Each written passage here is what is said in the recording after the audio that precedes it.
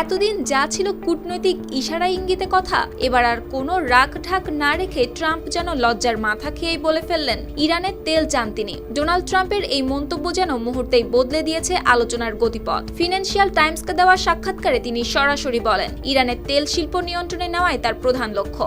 সেখানে ভেনেজুয়েলার পরিস্থিতিকে উদাহরণ হিসেবে দেখিয়ে তিনি বলেন সেখানেও ক্ষমতার পালাবদলের পর তেল খাতের নিয়ন্ত্রণ নেওয়ার চেষ্টা হয়েছিল।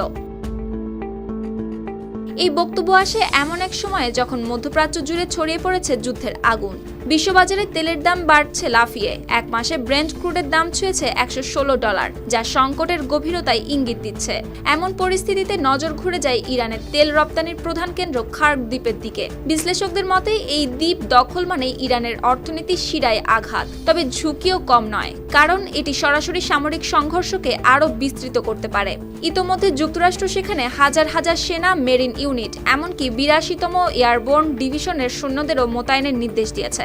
ফলে বোঝা যাচ্ছে মাঠের প্রস্তুতি এখন শুধু কথার মধ্যে সীমাবদ্ধ নেই। তবে যুদ্ধের পাশাপাশি চলছে কূটনৈতিক খেলাও। ট্রাম্প জানিয়েছেন পাকিস্তানের মধ্যস্থতায় তারা আলোচনার দিকে এগোচ্ছে ইরানের সঙ্গে। একই সঙ্গে বেঁধে দিয়েছেন সময়সীমা। 6 এপ্রিলের মধ্যে চুক্তি না হলে জ্বালানি খাতে আবারও হামলা হতে পারে। সুপ্তি রায়, RTV।